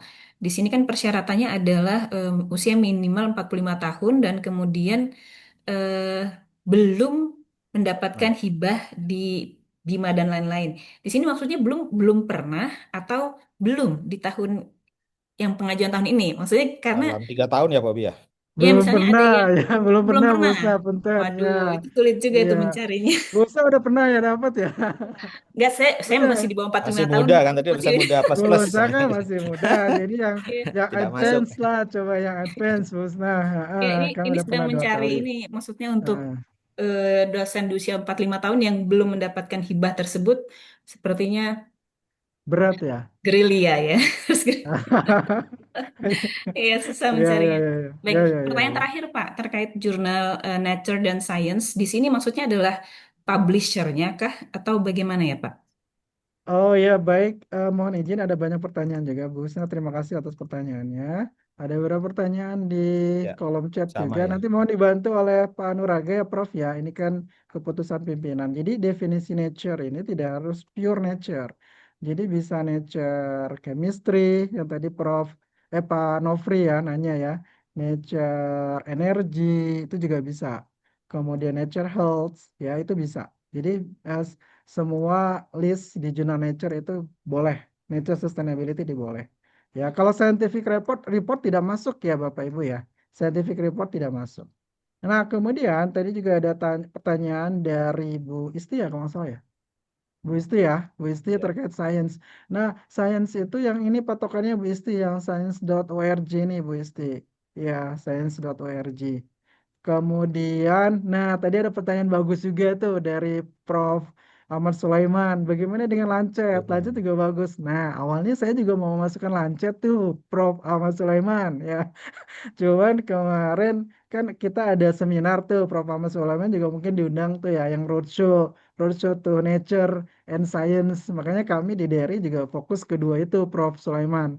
Jadi sementara untuk tahun ini kita fokus ke Nature and Science terlebih dahulu, tapi tidak menutup kemungkinan tahun-tahun berikutnya kita akan buka juga yang Lancet. Saya pun sepakat ya dengan Prof. Ahmad Sulaiman, Lancet pun sebenarnya harus kita consider juga karena memang itu top tier, top jurnal juga. Mungkin itu Bapak Ya, Ketut. saya kira gitu ya, Bu Isna. Ya, baik, terima kasih Pak. Selanjutnya ada dari Bu Despal, ini terkait yang skematik kan pengumuman, kalau belum pengumuman seperti apa Pak Obi persyaratan? Punten Pak Obi, Pak Ketut, Enggak. sedikit. Ya, bagaimana Prof. Iya, Anuraga, gimana Prof? ini tadi bagus sekali dari Pak Obi yang itu yang geographical pricing open access itu setahu saya hanya ada di Elsevier ya. Jadi kalau Betul ya, Prof. jadi yang hanya ada di penerbit Elsevier Bapak Ibu. Jadi yang open access Elsevier kalau dia ikut ke geographic pricing open access, ada notifikasinya biasanya di situ. Memang betul sekali bayarnya 45%. Nah, kita bisa mencari Q1 Q1 yang setelah dikalikan 45% masih di bawah 25 juta gitu ya, Pak Obi ya. Nah, hanya Strategi ya. perlu berhati-hati terkait koautornya. Kalau Betul, ada betul, salah satu betul. koautor Betul. dari negara maju, Saya punya pengalaman yang buruk langsung ya. hilang itu. Betul, betul, Ya, betul. Saya punya dari pengalaman Malaysia yang aja, buruk juga. Pak Obi, dari Malaysia aja langsung jadi 90% itu bayarnya. Oh, ya, ya, ya. Iya, Nggak maju. apalagi dari negara maju udah langsung hilang. Jadi artinya ya satu sisi ada keterbatasan untuk kolaborasi dalam konteks biayanya ini ya. Hmm. Nah, itu satu. Terus kemudian tentunya yang Nature and Science ini karena memang arahan langsung dari Pak Rektor, tentunya prioritasnya ya Pak Ubi ya. Prioritasnya yang Nature atau Science tok. Tok itu maksudnya yang nggak bukan anak-anaknya gitu. Itu prioritas ya kan Pak Obi, Pak Ketut, tentunya Prof Sugeng ya. Jadi nature, G. Jadi itu saja sih sedikit tambahan. Terima kasih Pak Obi, Pak Ketut. Baik, termohon Pak Nuraga. Monggo Pak Abi lanjut. Iya, tadi lanjut ke mana ya Pak Ketut? Yang Bu Despal tadi yang Oh ya, mohon monggo jika maaf, 30 mohon maaf. Maret belum ada pengumuman dari Dikti yang Bima, mungkin ya maksudnya yang lain-lain ya. Terkait dengan eligibility ya. Mungkin proposalnya Oke. sama atau mirip ya gitu. Mangga. Oke, makasih Bu Despal atas pertanyaannya Prof. Jadi yang kita consider adalah yang 3 tahun ke belakang Prof Despal. Jadi tahun 2025, 2024, dan 2023 Prof. Jadi untuk 2026 itu tidak masuk Prof. Jadi tidak perlu khawatir Prof. Karena memang ini juga masih proses review ya, tadi disampaikan Ya. oleh Prof Sugeng ya. Seperti itu Pak Ketut. Iya. Ya, ini ada KPI Scopus berarti L sampai LOI ya. LO LOE. Yang mana, yang mana itu Pak Pak Bahtiar, Ketut? Muhammad Bahtiar. Oh, Jadi sampai Pak Bah ya, letter of acceptance yang Pak Bahtiar ya. luaran ya, luarannya.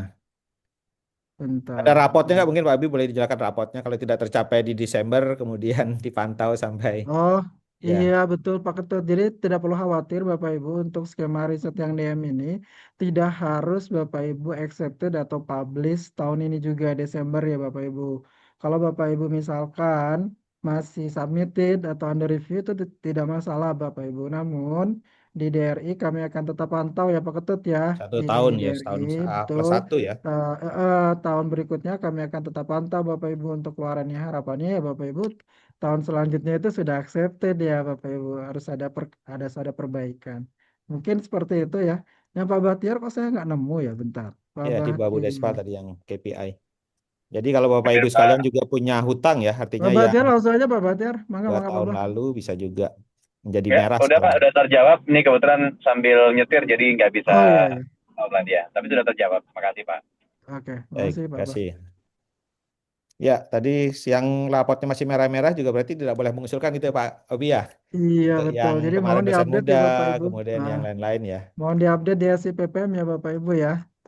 Pak Dokter Ketut, boleh nyambung dikit Pak, Pak Dokter Robi, Irjaman Pak. Mangga. Ya, nggak yang tadi. Maaf ini yang PTNBH 24 PTNBH itu, proposalnya ini diajukan ke IPB dulu, baru ditransfer mungkin di ITS gitu ya. Atau kita langsung punya akun di ITS. Mungkin minta arahan nih, Iya, karena Mangga RKI Pak mah Obi, teknis. PMKI. iya, Ya, terima kasih Prof. ya. Irzaman untuk RKPTN, Bapak Ibu. Em, Langsung ke ITS saja yang sistem yang develop kan ITS ya, karena memang review juga prosesnya melalui platform yang di-develop oleh ITS. Namun untuk database, Bapak Ibu perlu juga mengupload melalui SIPPM. Ya, Prof. Irzaman. Cuman yang prioritas yang ITS dulu, Prof. Iya, kayak gitu, Prof. Irzaman. Karena di IPB itu perlu kita melihat siapa saja yang mengajukan RKIPTNBH. Seperti itu, Prof. Ir. Sorry, apa tadi ke ITS dulu atau ke Jadi IPB dulu? prioritas submit yang ITS, sistem ITS. Ya, Ya, oke. kemudian untuk yang ketua peneliti yang IPB juga SIPPM juga diperlukan. Ya, Oh, oke. seperti itu. Submit melalui Ya, SIPPM. Untuk Jadi, database iya. kami, Prof. Irzaman. Jadi ini Prof. Pak. Irjaman, Ya. jadi nanti ada dua yang dimasukkan ya. Pertama adalah ke portalnya ITS tadi, itu ya satu. Yang kedua ke SIPPM. Ya, begitu kesimpulannya. Ya, makasih, Prof. Sugeng, Pak Nah, Bobi. Baik. Ya, cukup ya Pak Jaman. Mungkin ini yang terkait dengan RKI juga nih Pak Obi. Yang pernah menjadi dua host nih dari Pak Made ya. Nah, tidak diperlukan lagi mengajukan RKI tahun ini. Gimana, Prof? Enggak Iya, Prof Sugeng. untuk Coba. pemerataan. Prof. Made itu mengajukan frontier, Prof. Mangga, Prof. Sugeng, ada ini nggak? Ada arahan nggak? ya, jadi begini Bapak Ibu ya, karena ini dananya kan dana DM ya, dan DM itu harapannya kan ada intervensi untuk pemerataan kepada semua dosen yang ada begitu ya. Jadi kalau harapannya kan sudah ini ya, kalau Bapak Ibu sudah pernah mendapatkan, harapannya nanti mengambil skema yang lain, misalnya yang frontier gitu kan, itu kan challenge tantangan begitu ya. Nah, karena nanti apa yang mengajukan banyak Bapak Ibu ya, kemudian dana yang ada kan tadi dibagi-bagi 8,5 M kan dibagi dengan 7 skema tadi begitu ya. Nah, sehingga kami sangat berharap Bapak Ibu eh, tidak mengajukan apa di RKI PTNB yang Bapak Ibu yang sudah pernah dapat begitu. Baik, begitu Prof Made ya. Tuh yang Prof. Sugeng, boleh motong lagi nggak nih, Pak Dr. Robi? Iya, enggak. Ya, kalau yang umumnya kan dapatnya RKIA dan RKIB ya teman-teman yang untuk dua kali. Kalau misalnya belum pernah RKIC, boleh nggak itu ya Prof. Sugeng ya, Pak Dokter Ketut ya? Eh, Ini ini tanya nih. sama ya, sama profil sama. Jadi ini kan Hmm, apa itu kan tipenya ya A, B, C ya. Jadi hmm. ini payungnya eh, ya Prof ya. ya, jadi payungnya sama RKI begitu. Sehingga pokoknya semua yang ada payungnya RKI, labelnya RKI yang reguler ini Bapak Ibu itu kita lebih prioritaskan terkait dengan pemerataan. Begitu Prof. Irjaman. Baik, makasih banyak, Prof. Sama-sama. Iya, kasih, Pak. Ini terkait dengan ini ada beberapa pertanyaan juga terkait ini Pak Abi yang bawah. Eksak tadi kan sosial humaniora ya. Sosial humaniora kan outputnya di jurnal sosial humaniora. Nah, kalau dosen-dosen dari eksakta boleh nggak nih mengajukan atau harus dari sosial humaniora backgroundnya apa rekam jejaknya? Nggak sih? Iya, tadi kan di persyaratannya harus melampirkan dokumen ya Pak Ketut ya, di mana ketua tersebut harus memiliki rekam jejak di Di Scopus di sosum ya. bidang sosial humaniora seperti itu. Itu yang pertama. Kemudian yang kedua, Prof. Sri Hadi Punten, sesuai arahan pimpinan, karena yang dilihat itu adalah nanti outputnya, yang nanti akan mempengaruhi ke perankingan WCU IPB gitu. Nanti outputnya juga Bapak Ibu harus ke jurnal di bidang sosial humaniora gitu. Submitnya, under review, dan sampai acceptednya, target outputnya adalah ke bidang sosial humaniora. Mungkin itu Pak Ketut. Iya. Masih ada yang resen di chat kayaknya tadi yang Jelas beberapa ya Pak udah Ketut. habis ya. Maaf, saya off cam. Mangga. Ya, terima kasih Pak Obi dan Pak Ketut. Saya mau bertanya kalau yang Omix itu target jurnalnya kan Q1 ya. Nah, Q1-nya itu Q1 Omix atau Q1 umum? Karena sedikit Monggo. sekali jurnal-jurnal yang apa namanya spesifik untuk Omix kan sedikit, tidak terlalu banyak. Silakan Pak Abi, Prof. Sugeng. Prof. Anuraga di sini ada Prof. Prof. Anuraga Anuraga. boleh. Ini yang luarannya di Prof. Anuraga nih sebenarnya. Untuk yang bidang omik, Prof. Anuraga, Oh iya, omik iya FM baik. konsultan. Ini bebas saja, Prof. Yang penting salah satu subjeknya ya Iya. masuk Q1 Oh, ya. Jadi lebih fleksibel, Prof. Tidak harus oke, di baik. sub subjek omicsnya, Prof. Iya, baik. Karena susah juga Sedikit ya, nyarinya. Prof ya. Iya, baik. Terima kasih. Jadi lebih leluasa ya kalau ini. Iya, betul Ya, sekali, Prof. baik, Betul sekali. baik, baik. Terima kasih. Sama menyambung pertanyaan juga ada pertanyaan itu Q1-nya Prof. Irma ya. Ya, Q1-nya yang itu biasa based on update Scopus yang mana atau ini Pak Abi? Samego ya? Apa bisa dua-duanya Prof. Anuraga ya? Karena kadang Oke, kan ya. berbeda Itu tuh. Scopus. Betul. Ini kampus-kampus tuh memang berbeda-beda dalam menerapkan kebijakan APC ya, Bapak Ibu Kali. ya. Jadi ada kampus yang pakai sistem sistem apa namanya yang konvensional atau yang lamanya itu biasanya basisnya dari Simago. Jadi Simago itu pengurutannya berdasarkan SJR. Jadi SJR diurutkan dari paling tinggi sampai paling rendah untuk suatu bidang ilmu ya atau sub-subjek. Kemudian 25% terbaik itu Q1 itu. Terus nomor 26 sampai 50 Q2 dan seterusnya. Nah, itu sementara sejumlah kampus pakai langsung nilai persentil. Misalnya Unpad dia pakai persentil tuh. Jadi basisnya adalah dari apa namanya side score-nya ya. Side score kemudian diurutkan nanti persentilnya berapa gitu ya. Jadi nah kalau kita lihat memang nanti ada sedikit perbedaan. Ada sedikit perbedaan. Nah, yang kami gunakan di IPB itu hybrid. Jadi untuk karena sudah masuk ke berbagai relung ini Bapak Ibu, masuknya ke Sipakaril gitu ya. Jadi supaya sinkron dengan sistem lainnya. Jadi kalau yang Q1, Q2, Q3, Q4 itu masuk ke yang Simago. Jadi Simago JR ya. Jadi kalau warnanya hijau begitu ya, warnanya kuning, orange, merah gitu ya. Nah, jadi basisnya adalah Simago JR. Tapi khusus top 10% itu masuk yang persentil yang nilai persentilnya 91% ke atas. 1%. Begitu. Jadi kenapa tadi karena kompatibilitas dengan sistem lainnya, misalnya si Pakaril begitu ya. Iya. Mungkin begitu jawabannya. Terima Baik, kasih. terima kasih Prof. Anuraga. Ini Nah, ada sedikit yang Pak kaitan. Ketut, sebentar Pak Ya, Ketut. Nah, monggo Prof. jadi kalau yang terkait dengan tadi, yang terkait dengan bidang yang AI ya, kemudian juga OMIK itu bidangnya ya, jurnalnya monggo. Apa aja dipersilahkan begitu ya. Yang penting bidangnya bidang itu ya. Nah, kalau yang sosum itu memang jurnalnya harus apa jurnal-jurnal yang Jurnal sosum sosum ya. ya, begitu. Nah, ya. Boleh Mungkin Betul sama. sekali, spesifikasi ini betul nggak Pak Bi? sekali Prof. Sugeng. Ya, betul Hmm, sekali Prof. hmm, gitu ya. Sebagai penekanan.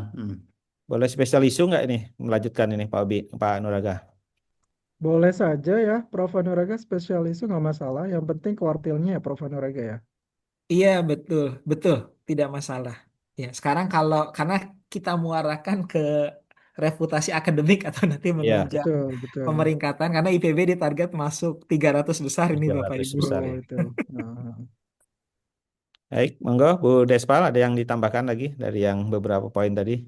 Baik, tadi untuk memastikan aja Pak, itu Pak Obi kalau RKI kita mitra juga nggak boleh lebih dari 2 kali ya. Sebagai host atau sebagai mitra nih Pak Obi yang tidak. iya, maksudnya mitra itu sebenarnya ketua peneliti Prof. Despal. Karena mitra juga didanai menggunakan di MIPB seperti Jadi itu, host Prof. juga Cuman sebenarnya jadi Despal. hostnya di dikit, IPB ya. uangnya dulu cuma dikit. Saya sudah dapat mitra 2 kali. Berarti udah Iya, nggak boleh RKI ya. nah, gimana deh Prof? Gimana Prof Sugeng itu? Itu nggak Iya boleh selamanya, betul. apa nggak boleh tahun ini aja? Nah, itu dia. Ah, ya. Jadi Iya, begitu iya. Prof. Despal ya kebijakannya begitu. Kita apa teman-teman yang lain juga banyak juga yang mengajukan ya sehingga kita beri kesempatan dulu pada para peneliti yang lain gitu ya. Sehingga nanti apa biar semua merasakan ya. Nanti kalau sudah satu putaran itu nggak ada begitu artinya nggak ini ya nanti kita kembalikan lagi kepada Bapak Ibu semua yang mengajukan begitu ya. Baik. Ah, Tadi menyambung yang untuk Scopus sama Simago, ya memang kalau berdasarkan pengalaman saya, itu Scopus itu lebih cepat update-nya daripada Simago. Jadi Q1 kita nggak boleh berdasarkan Scopus ya, harus dari Simago ya Pak Anuraga ya.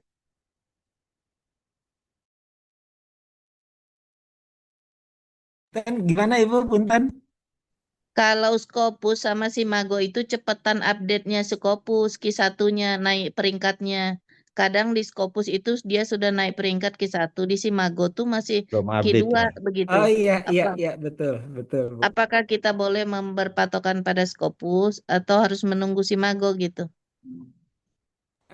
Betul, jadi Simago itu biasanya dulu-dulu updatingnya di bulan Juni Juli, tapi sekarang masuk ke kayaknya Maret April ya per tahunnya. Kenapa? Karena sistemnya Scopus dalam mengcapture paper tahun sebelumnya, sistem AI-nya semakin bagus.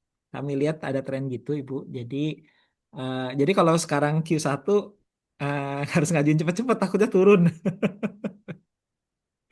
Tapi kalau SJR-nya tinggi, misalnya di atas 0,7 biasanya. Untuk banyak bidang ya, di atas 0,7 tuh mayoritas sudah Q1. Begitu, Bu. Mana Bu Despal? Ya ada yang AIMS itu ya, AIMS Food and apa gitu saya lupa. Itu di Scopusnya tuh sudah Q1, dia cuma Satu. Simago 0,49. belum ya. Iya, Bu, Padahal di Simago masih ininya, Q2. ya betul, betul.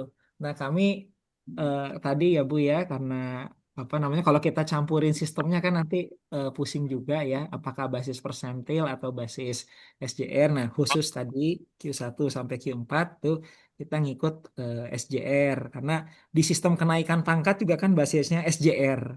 Nanti takutnya oh ini Q1 mana buktinya itu Q2 gitu. Itu Bu, jadi kompatibilitas dengan Tapi sistem kalau nasional. Sinta pakainya Scopus Mas Anuraga. Iya, jadi Scopus itu terkait dengan ini semuanya kan Scopus Bu sebetulnya.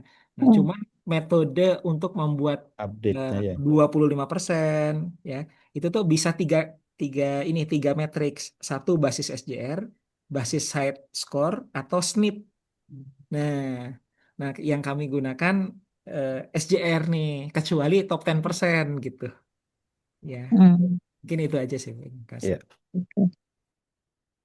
Baik, kasih Pak Nuraga, Bu Despal. Ini yang dari Bu Nining, Pak Obi, boleh harus original artikel atau boleh systematic review atau meta analysis Iya, harapannya sih kalau untuk riset ya original ya, original ya seperti itu, Buning.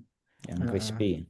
betul, karena dana-dananya kan dipakai untuk riset. Tapi kalau untuk waran tambahan itu diperbolehkan, Buning, untuk literatur review. Seperti itu, Pak Ketut. Baik, terima kasih Pak Obi. Baik, di chat saya kira udah semua ya terjawab sekalian. Apakah masih ada dari audien yang ingin ditanyakan? Nanti mungkin materi, rekaman, kemudian tadi list yang frontier ya, mungkin akan di-share nanti ya, Bapak Ibu sekalian, di linknya yang akan disampaikan oleh DRI. Saya kira jika sudah tidak ada lagi, Bapak Ibu sekalian, kita cukupkan untuk diskusi pada siang hari ini. Terima kasih atas atensinya, Bapak Ibu sekalian. Kurang lebihnya, mohon maaf. Selamat pagi, assalamualaikum warahmatullahi wabarakatuh. Saya kembalikan ke Mbak Anin.